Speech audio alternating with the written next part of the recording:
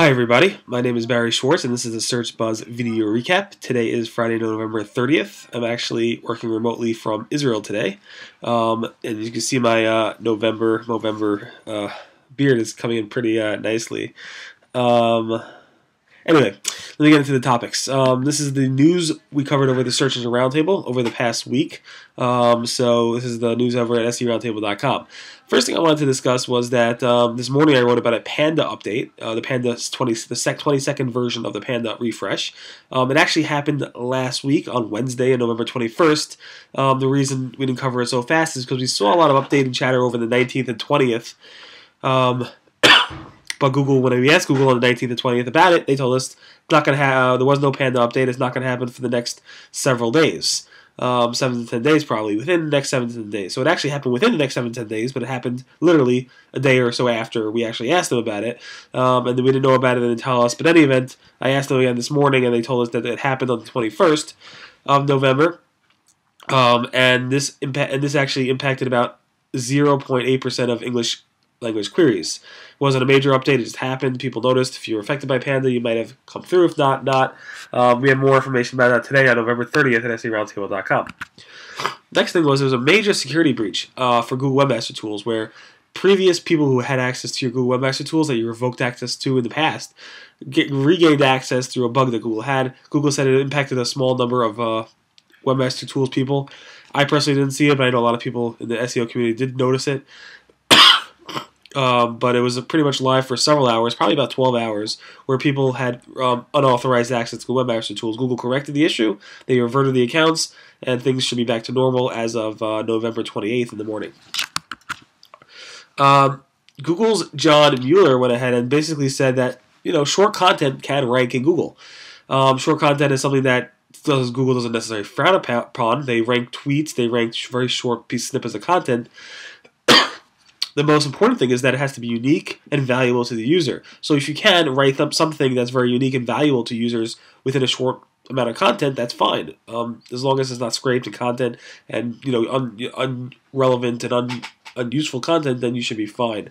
Obviously, the more words you have on a page, typically the better off you are because it's more authoritative. But at the same time, short content can do well, and a lot of the stories that I write at the Search Engine Roundtable are fairly short from editorial perspective, but yet they do and should rank pretty well in Google. I wrote a blog post yesterday, November 29th, pretty much talking about how removing, when you get a penalty removal, like you submit a reconsideration request to Google, Google says, hey, we accept your reconsideration request, we have removed the manual action against your website. It doesn't necessarily mean your rankings will improve. It means that, for example, in the case of getting a link penalty, you had all these links that were doing very well for you at one point. You were ranking very well because of them. Google then decides to disavow them or to discredit them at some level. You then go ahead and get this penalty. Your rankings drop. You get a notification in Webmaster Tools. You then go ahead and take action to remove those links, either by disavowing them or by removing those links. But you get, and then you submit a reconsideration request to Google and say, hey, I removed them. Google says, oh, great, thank you, and we accept we removed the penalty. But now all those links that were initially making you rank well are no longer there. So you won't necessarily see improved ranking because of getting a penalty removal notification, but you may or may not. So it really depends on the actual specific case. DuckDuckGo. They may not be respecting the robots.txt directive. But basically, there was a thread over at Hacker News, which Matt Cotts of Google got involved in, talking about DuckDuckGo. And Matt asked Gabriel, who's the owner of DuckDuckGo, a very small search engine that's growing very nicely and very niche, says, does DuckDuckGo crawlers have a distinct user agent? They do. It's called DuckDuckBot, I believe. But can you talk more about how DuckDuckGo observes and respects the robots.txt file? And the reason this came up is because a lot of people noticed that DuckDuckGo was crawling them using the IP range of DuckDuckGo, but it wasn't providing a user agent. It wasn't providing the DuckDuckBot user agent. It was providing an Internet Explorer user agent. So I asked Gabriel about this, and he emailed me basically saying that what they're seeing is not a crawler, but a park domain checker.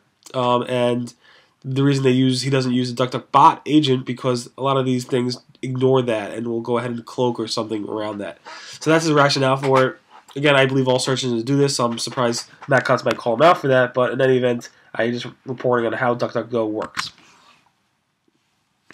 This morning I covered Scroogled. Scroogled.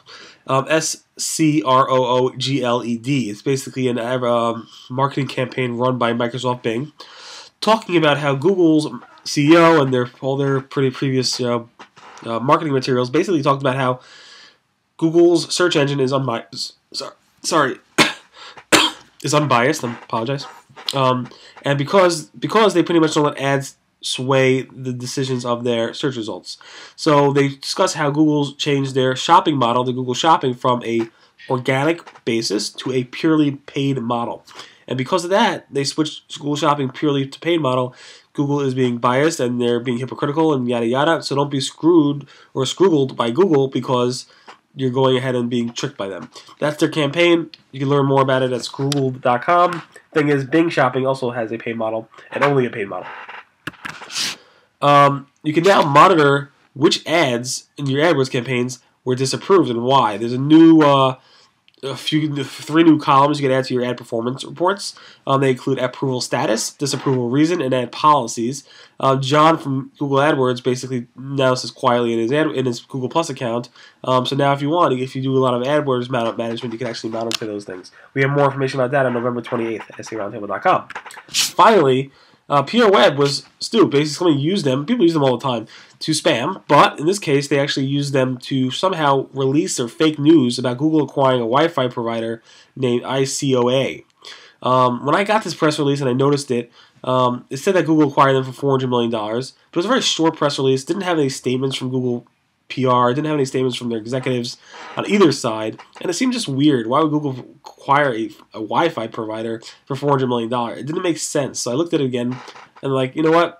I told the search engine editor to just hold off on it, and I emailed Google asking them, "Can we have a statement? Is this really real?" I even showed it to John Mueller when I was in the Google Webmaster Hangout, but I was asking if this looks right. He said, actually, this looked pretty good. So he didn't think it was something wrong, but in any event, it was wrong. It was fake. Google emailed us back saying they did not acquire them. They don't know how the press release came out. But this really leads me to the question of like, is Google going to come out with an algorithm in the next few days or something, or sometime in the future?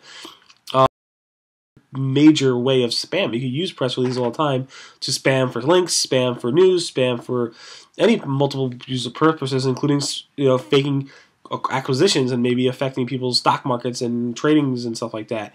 So maybe Google will come out with something to address this. Maybe not. It's not really their problem per se, but typically things like this, Google comes up with nice algorithms for.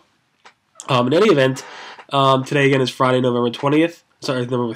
Thanks so much for listening to the Search Buzz video recap. My name again is Barry Schwartz, and this is the search news we covered over at the Search Engine Roundtable at SEOroundtable.com. Everyone have a great weekend. Bye.